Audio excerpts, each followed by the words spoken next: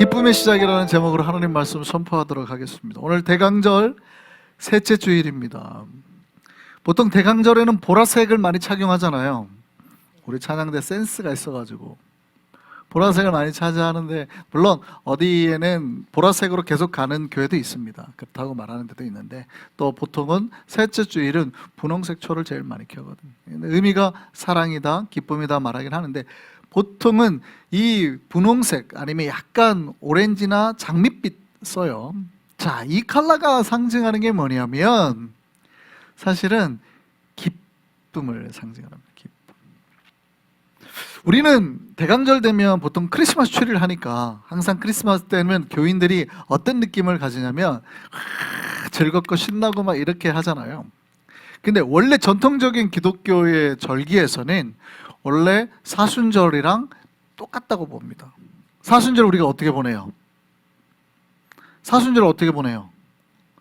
그때부터 금식하잖아요. 원래 사순절 시작하면 고난주간 껴가지고 부활절 직전까지 우리가 금식하는 기간이잖아요. 보통 사순절이.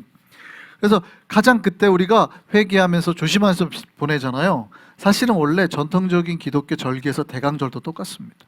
주님을 맞이하는 우리의 마음을 회개하면서 보내야 되기 때문에 이 보라색 컬러가 상징하는 바가 희망도 상징하지만 신비도 상징하지만 회개를 많이 상징합니다. 회개. 그래서 이때는 되게 조심하면서 이렇게 보내는 게 맞거든요. 그런데 기독교는 항상 놀라운 게 있어요. 교인들이 그렇게 우울하고 회개하고 울려고 할 때 교회는 뭐예요? 정신 차리세요. 울면 안 돼. 이런다는 말이죠. 교회는 꼭 그래요. 그래서 셋째 주일을, 사순절 때도 마찬가지고 셋째 주일을 기쁨의 주일로 선포를 합니다. 물론 준비하면서 회개하면서 이때를 보내는 건 좋은데요, 너무 우울해하면 안 돼요. 기독교는 그런 거 아니에요. 정신 차리세요. 기쁨으로 보냅시다 이러는 거예요. 그래서 셋째 주일은 분홍색 초를 켜면서 기쁨의 주일로 보내는 겁니다. 우리가 금식하고 회개할 때 항상 조심해야 될 게 뭐냐면 쉽게 어디에 빠져요? 우울감에 빠집니다. 금식하면 힘이 없잖아요. 그러니까 뭘 놓치기 쉬우냐면 기쁨을 놓치기가 쉬워요. 그러니까 자꾸 짜증이 나요. 밥을 안 먹으면 어떻게 해요? 자꾸 짜증이 나죠. 안 그러시나 보네. 여러분 금식할 때 조심해야 될 게 뭐냐면 놀랍게도 금식할 때 짜증이 많이 납니다. 왜냐면 힘 빠지고 하는데 주변에서 막 그렇게 뭐 설거지도 안 해주고 이러면 어떻게 해요? 갑자기 짜증이 확 나거든요. 조심하라는 거예요. 조심하라는 거예요. 하나님께서 그래서 이스라엘 백성들이 에스라의 설교를 듣고 막 울면서 회개하는데 뭐라고 그래요? 울지 마라. 딱 그래 버리잖아요. 울지 마라. 이날은 여호와의 날이다. 울지 마라. 여호와를 기뻐하는 것이 너희의 힘이니라. 이렇게 말해 버리거든요. 그리고 회개하는데 울지 못하게 합니다. 기독교는 뭐예요? 물론 애통해하는 종교고, 물론 기독교는 회개하는 종교지만 그 가운데서 뭘 잃어버리면 안 돼요? 기쁨을 잃어버리면 안 돼요. 그래서 우리가 분홍색 초를 켜면서 뭐 하는 거예요? 대강절에 기쁨을 다시 한번 회복하는 겁니다. 이 한 주가 우리에게 기쁨이 넘치는 한 주가 되기를 소망합니다. 오늘 빌립보서 말씀을 다시 한번 기억하시면서 오늘 본문 한번 외워보실까요? 시작! 주 안에서 항상 기뻐하라. 내가 다시 말하노니 기뻐하라. 할렐루야. 암송하고 계시죠? 주님께서 대강절에 이 말씀을 선포하게 하시는데 먼저 기뻐할 걸 말씀하십니다. 신자의 특징이 뭐라는 거예요? 기쁨이라는 거예요. 신자의 특징이 뭐라고요? 여러분의 얼굴이 펴지기를 소망합니다. 여러분이 눈이 올라가는 순간 뭐를 잃어버린 거예요? 신자의 특징을 잃어버린 거예요. 기뻐하시기를 소망합니다. 여러분의 입꼬리가 내려오지 않고 올라가기를 소망합니다. 입꼬리가 내려가면 어떻게 돼요? 이렇게 되죠. 근데 올라가면 이렇게 되죠. 우리의 입꼬리가 올라가기를 소망합니다. 신자의 특징이 뭐라고요? 기쁨. 기쁨입니다. 기쁨. 여러분 성경은 세상을 어두운 곳이라고 표현하고 있죠. 어둡고 우울한 고통의 땅입니다. 여러분 우리가 어둡고 우울하고 고통이 있는 이유가 뭐예요? 바로 어둡고 우울하고 고통이 있는 이 땅에 살고 있기 때문이에요. 이 땅의 힘 때문에, 이 땅의 능력 때문에 우리가 어둡고 우울하고 고통을 경험해요. 그러니까 여러분이 어둡고 우울하고 고통을 자꾸 누리고 살면 돼요, 안 돼요? 왜 안 돼요? 신자는 이 세상에부터 부름을 받아서. 교회가 뭡니까? 세상으로부터. 교회가 뭐예요? 에클레시아 뜻이 뭐라고요? 왜 대답이 안 나오시면 이러면 또 내가 상처받는다니까요. 교회가 뭐라고요? 세상으로부터 부름받은 자들의 모임. 우리는 어둡고 우울하고 고통의 땅에서부터 건져냄을 받아서 따로 이 안에서 뭘 누리라고요? 기쁨을 누리라고 하나님께서 모아놓은 사람들이라고요. 그러니까 우리 안에는 뭐가 넘쳐야 된다고요? 기쁨이 넘쳐야 될 줄 믿습니다. 우리가 어둡고 우울하고 고통이 있는 이유는 뭐예요? 어느 기운을 받기 때문에? 세상의 기운을 자꾸 받기 때문에. 어둡지 마시기 바랍니다. 우울하지 마시기 바랍니다. 네, 그래야 돼요. 그러니까 내가 그러는 거는 자꾸 세상의 힘을, 영향력을 받는다는 뜻이에요. 예수 안에 있으면 어떻게 해야 돼요? 항상 기뻐하게 되는 거예요. 기뻐하게 되는 거예요. 여러분 자기에게 말하세요. 이름을 말하면서. 이름을 말하면서 말하세요. 우리 자자가 많으니까. 정자야 항상 기뻐하자. 시작. 자기 이름 말하시라고. 자기 이름. 김정 권사님은 정아. 한 번 더 시작. 윤희야 항상 기뻐하자. 오키야 항상 기뻐하자. 은하야 항상 기뻐하자. 은하 이름 예쁜데 형? 항상 기뻐하자. 이렇게. 여러분 신자의 특징을 기억하셔요. 신자의 특징은 그래서 우울함이 아니라 기쁨이에요. 세상이 우울한 거예요. 세상은 어두운 거예요. 신자는 빛, 밝음, 기쁨. 이게 기독교 신자의 특징이에요. 교회에서 말하는. 이 특징이 우리에게 사라지지 않기를 소망합니다. 밝으셔야 돼요. 밝으셔야 돼요. 비록 우리가 이 땅 가운데 살고 있지만 세상의 힘이 아니라 우리는 주님의 힘으로 살게 됐기 때문에 주님을 바라보면서 기쁨으로 살아가는 겁니다. 여러분 우리가 기쁨이 있는데 기쁨과 비슷한데 우리가 헷갈리는 게 있습니다. 이게 이제 조금 우리가 오늘 생각해 볼 건데 뭐냐면 쾌락이죠. 쾌락. 여러분 기쁨과 쾌락이 어떻게 다릅니까? 기쁨도 쾌락인 것 같고 쾌락도 기쁨인 것 같잖아요. 기쁨과 쾌락이 어떻게 다를까요? 쾌락은 뭐예요? 쾌락이 나쁜 거예요? 좋은 거예요? 쾌락이 나쁜 거예요? 좋은 거예요? 우리는 약간 금욕적 쾌락주의를 추구하잖아요. 기독교는. 그러니까 쾌락이 좋은 거예요? 나쁜 거예요? 나쁜 거예요? 쾌락이 꼭 나쁘다고만을 말할 수는 없죠. 그러나 쾌락은 굉장히 조심해야 되죠. 왜 쾌락을 조심해야 되냐면 쾌락이 주는 기쁨이 굉장히 짧거든요. 순간이거든요. 여러분 우리가 헷갈리면 안 됩니다.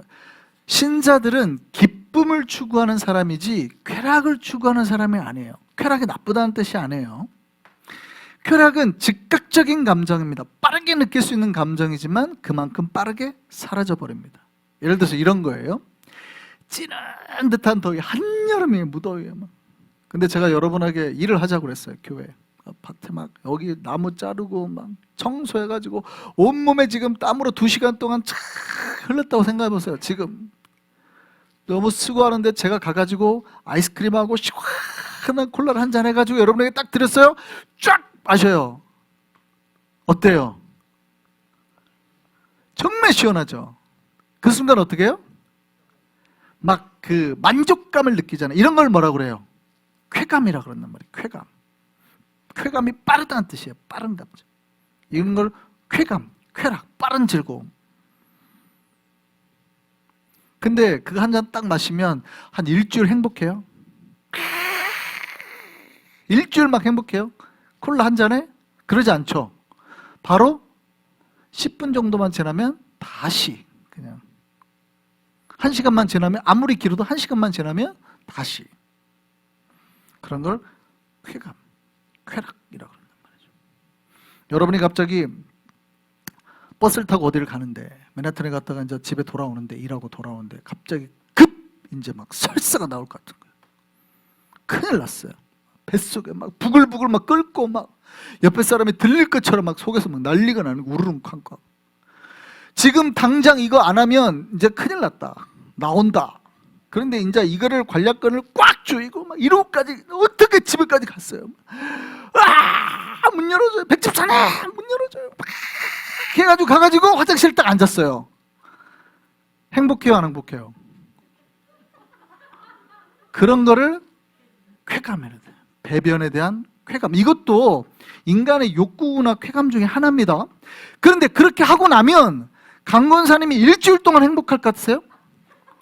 한번 그렇게 촥 하고 나면 우와 살만 난다고 일주일 동안 행복해요? 그 순간이에요. 그 순간. 그런 거를 쾌감이라고. 그래서 갓난 아이들이 느끼는 쾌감의 욕구 중에 배변의 욕구가 있어요.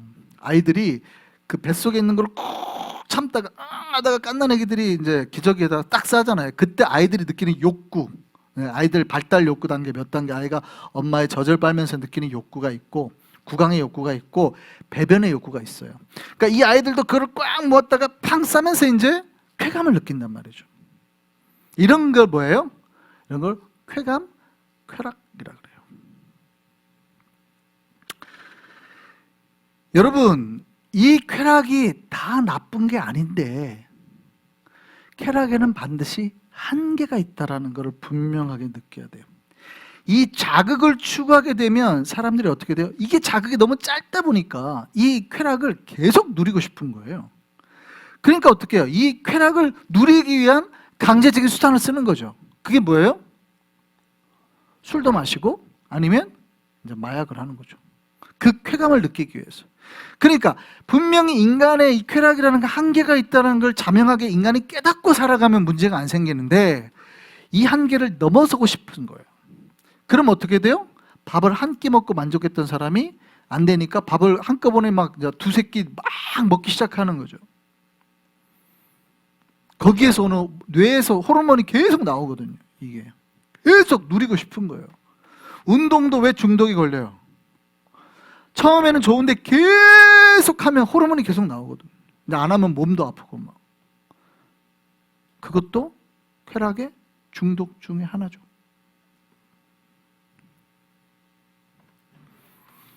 여러분, 쾌락이 다 나쁘다고 볼 수는 없으나 조심해야 되는 거예요. 조심. 분명히 쾌감은 한계가 분명하다는 걸 인지를 해야 돼요. 그래서 신자는 쾌락을 쫓는 사람이 아니라 기쁨을 쫓는 사람이에요. 따라하시죠. 우리는 기쁨을 쫓는 자다. 그래서 기쁨은 쾌락보다 오래 지속되며 본질에 가깝습니다.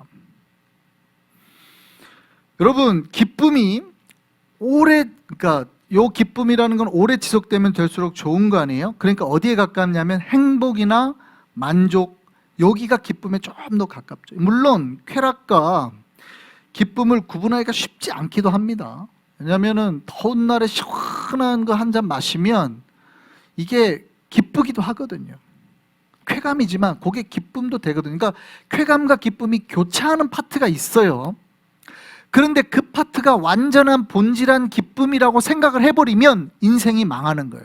왜 사람들이 자꾸 그런 약 같은 걸 하는 거예요? 그걸 기쁨이라고 착각을 하니까 자꾸 쾌락을 기쁨이라고 오해를 하니까 생기는 문제들이거든요. 이게 마치 조금만 한 번만 하면 두 번, 세 번 하면 내가 기쁨이 계속 지속될 것 같은 착각에 빠지는 거예요. 절대 그게 기쁨이 아니라는 거예요. 여러분, 자녀가 잘 되면 행복할까요? 안 될까요? 행복하죠. 그런 걸 기쁨이라고 그러는 거예요. 이거는 오래되면 될수록 좋은 거잖아요. 우리가 건강하게 살아가는 것. 이런 걸 기쁨이라고 그런단 말이에요. 그래서 우리는 쾌락보다는 기쁨을 추구해야 됩니다. 그런데 이런 자녀가 잘 되는 기쁨들은 어떤 기쁨이라고 그래요? 세상의 기쁨이죠. 그러니까 세상 사람들이 모두가 추구하는 기쁨이에요. 이 기쁨도 본질적으로 쾌락보다는 훨씬 나은 기쁨이에요. 이 기쁨. 그러면 신자들이 추구하는 기쁨은 그런 기쁨이냐? 그것보다는 한 차원 높은 기쁨을 추구하래요. 무슨 얘기냐면 세상 사람들은 돈이 많아지면 기뻐하죠. 이건 그러니까 누구나가 추구하는 기쁨이에요. 그건 쾌감이라고 보기가 좀 어렵죠. 돈이 많아지면 내 통장에 돈이 막 쌓여요. 기뻐요, 안 기뻐요? 기쁘죠. 누구나가 동일하게 느끼는 감정인데 크리스찬들은 내 통장에 돈이 줄어드는 걸 보고 기뻐한단 말이죠.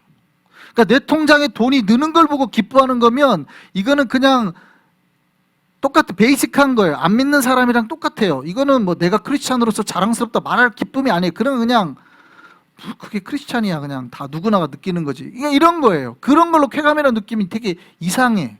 그걸 기쁨이라고 느끼면 되게 이상해. 안 되는 거예요. 그게 기쁨이 아니에요.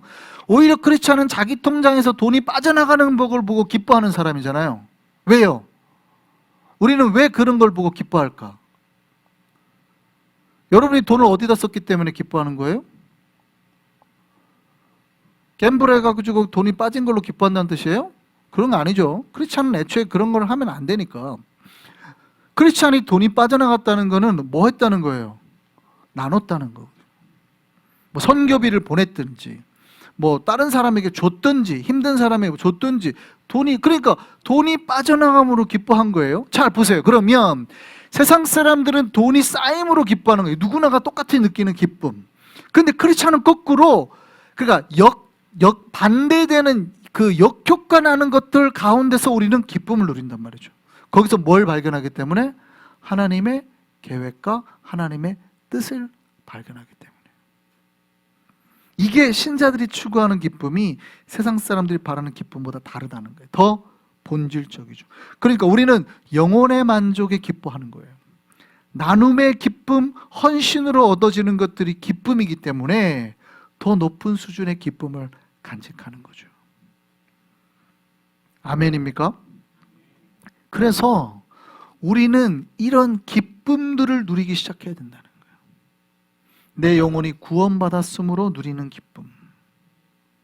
이 기쁨이 대강절에 우리에게 넘치기를 소망합니다. 첫 번째 기뻐하라고 그랬는데 자세히 보면 그 앞에 하나가 더 붙어 있습니다. 언제 기뻐하래요? 항상 기뻐하라. 영어로 말하면 뭐예요? always잖아요. 이 always의 뜻이 뭐예요? 모든 순간, 매 순간, 언제라도 이런 뜻이잖아요. 그러니까 성경은 우리가 주님 앞에서 기뻐하며 살아야 되는데 모든 순간, 매 순간, 언제라도 기뻐하라. 이 말에는 우리가 기쁨을 위한 노력이 포함되어 있다라는 뜻이기만 합니다. 그러니까 내가 기뻐할 수 있는 순간에만 기뻐하는 것이 아니라 우리에게 다가오는 고통과 아픔의 순간 속에서도 기쁨을 찾아야 된다라는 뜻입니다. 목사님 약간 변태처럼 들리는데요. 다리가 부러졌어요. 그런데도 기뻐하고 다리가 부러졌어! 뭐 이런 뜻이에요? 항상 기뻐하라는 말의 뜻이 그거예요? 내 아들이 교통사고 나왔고 지금 병원에 이제 거의 쓰러져가지고 중형수술해야 되는 내 아들이 병원에 쓰러졌어. 그 말이에요? 그거는 약간 이상한 사람이지. 그런 뜻이 아니에요. 항상 기뻐하라는 말은 누가 고난을 당했는데 뭐 옆에 집사님이 암에 걸렸는데 아이고 암에 걸렸어. 우리 목사님이 항상 기뻐하라 그래서 우리 기뻐합시다. 이거예요? 그거 이상한 거지. 그거는 그런 뜻이 아니잖아요. 여기서 말하는 기쁨이라는 거는 우리에게 그런 고통이나 고난이 와도 뭐 하지 말라는 거예요? 낙심하지 말라는 거예요. 낙심하지 말라. 항상 기뻐하라는 말은 그런 것들이 와도 낙심하지 말라는 거예요. 본질적인 기쁨을 유지해라. 하나님께서 해결해 주심을 믿고 낙심하지 말라.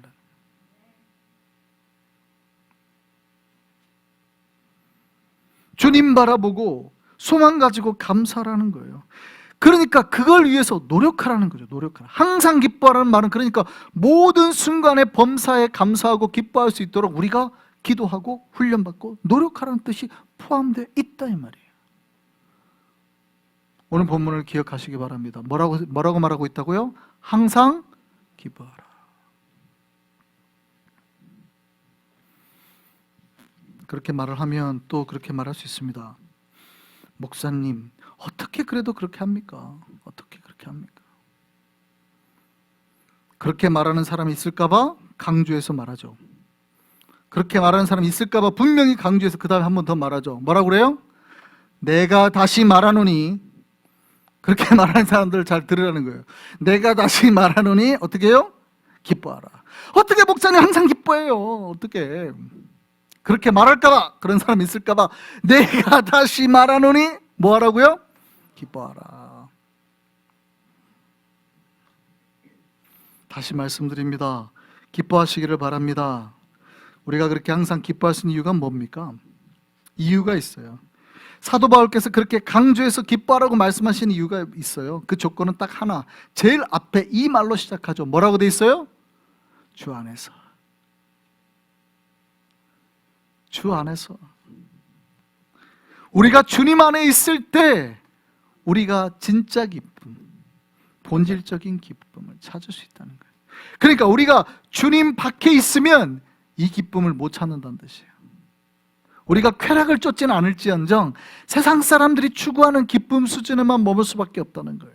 주님 안에 있을 때 진짜 기쁨, 더 본질에 가까운 그 기쁨, 주님께서 주시는 그 놀라운 기쁨을 우리가 취하게 된다, 이 말입니다. 그러니까 주님 안에 있으면 우리가 항상 기뻐할 수 있는 거예요. 더운 날에 아이스크림을 못 먹어도, 막 더운 날에 여러분 수고하고 애쓰고 2시간 동안 땀을 흘렸고 제가 콜라를 안 사줘도 기쁜 거예요. 사줘도 기쁘지만 안 사줘도 기쁜 거예요. 이해되시죠? 그러니까 그것과 별개로 우리 안에는 뭐가 있어요? 기쁨이 있다, 이 말이에요. 세상의 조건이 뭐가 콜라 한 잔이 오고 안 오고로 내 마음이 변화되는 게 없어야 돼요. 사주면 좋지요. 물론 사주면 좋지, 그거야 뭐 당연한 거죠. 그런데 그게 없어도 내 마음의 주를 향한 이 기쁨은 안 사라지는 거예요. 할렐루야. 이게 진짜 주님이 주신 기쁨인 거예요. 근데 하는데 계속 2시간 동안 청소하면서 뭐만 기대해요? 목사님이 언제 콜라를 사줄까? 언제 아이스크림을 사줄까? 그러니까 주님을 향한 생각은 다 잊어먹고 마음속에 온통 콜라만 가득한 거죠. 아이스크림만 가득한 거예요. 그러니까 콜라가 아이스크림이 안 오니까 낙심해서 돌아가는 거죠. 굉장히 우리의 마음 하나가 콜라 한 잔으로 그냥 다 시험에 들어버린 거예요. 2시간 동안 주님의 나라와 영광을 위해서 수고했는데 콜라 한 잔에 다 무너진 거예요.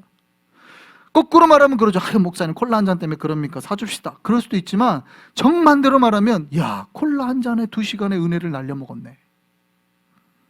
그렇잖아요. 내가 2시간 주의 나라 영광을 위해서 수고했는데 이건 뭐 10만 불도 아니고 콜라 한 잔에 그냥 싸그리 날려버렸어.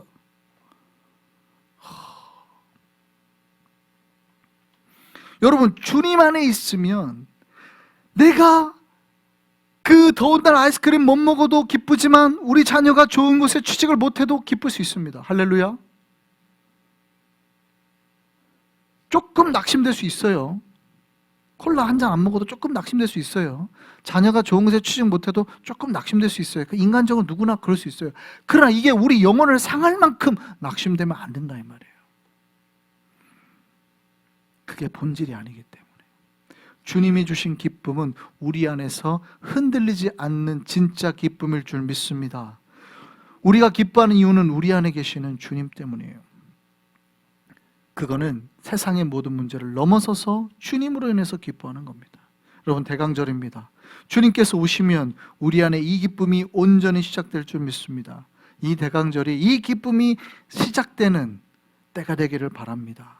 이 대강절에 채운 이 기쁨이 1년 동안 우리 안에서 사라지지 않고 매일매일 날마다 충만하게 역사하는 우리 영혼과 우리 내면 되기를 바랍니다.